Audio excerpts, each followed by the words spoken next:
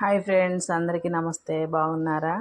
ఇది సండే రోజు mini vlog అండి. సండే రోజు అయితే ఆషాఢ మాసం అయిపోతుంది కదండి. ఇంకో 3 days అయితే ఆషాఢం అయిపోతుంది. అయితే తెలంగాణలో అయితే ఆషాఢంలో వనభోజనాలకైతే వెళ్తారండి.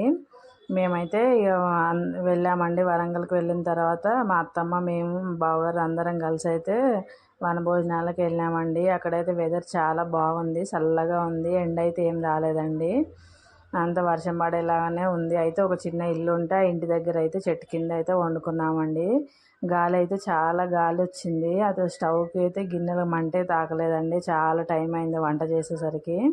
నేనైతే చికెన్ కర్రీ అయితే చేశాను. అయితే మా చిన్నోడు చికెన్ ఉడికిందా లేదా అని చూశాడు. మళ్ళీ ఆ తర్వాత 10 minutes తర్వాత వాళ్ళ డాడీ కూడా చూశాడండి. చికెన్ ఉడికేసరికి అయితే గంట టైం పట్టేసింది.